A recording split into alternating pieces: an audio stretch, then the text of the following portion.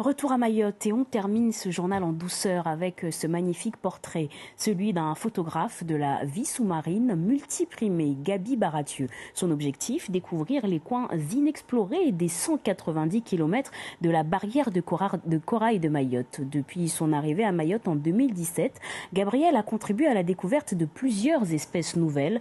Sa dernière découverte, une arche à 100 mètres de profondeur. Portrait réalisé par Rebecca Alexis-Langard.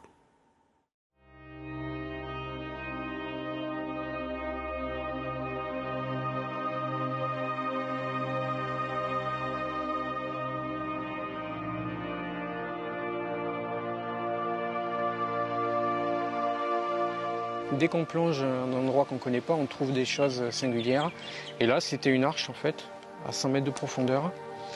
Une énorme arche qui a été vraisemblablement créée par une ancienne rivière souterraine qui traversait la barrière de corail. Parce qu'il faut savoir qu'il y a 20 000 ans, le niveau marin était 130 mètres plus bas.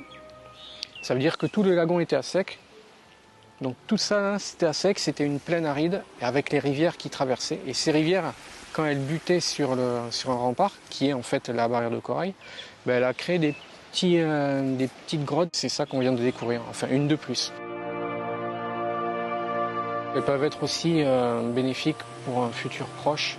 Si jamais les zones de surface viennent à se dégrader, peut-être que ces zones un peu plus profondes peuvent servir de refuge à un bon nombre d'espèces. On connaît très mal en fait notre environnement marin. Très mal, tout le monde le dit, on connaît mieux la Lune et Mars que le fond de nos océans.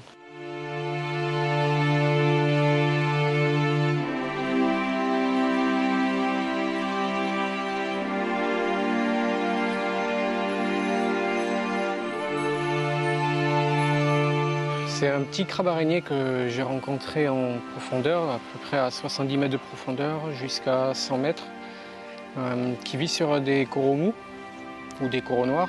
Et donc c'est une espèce qui n'avait jamais été observée à Mayotte avant. Une des photos qui m'a amené le plus d'émotion, c'est il n'y a pas longtemps en fait, c'est au mois d'octobre. Donc on est reparti sur les piscines du sud du lagon de Mayotte, un endroit qui a été totalement épargné par les chutes d'eau et le blanchissement. Ça m'a fait énormément plaisir.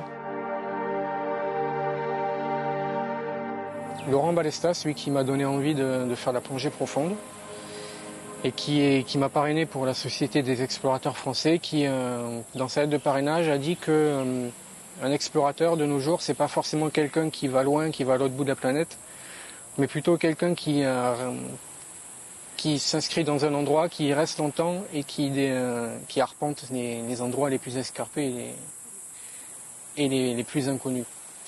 C'est exactement ce qui me définit. Voilà. On se quitte avec ce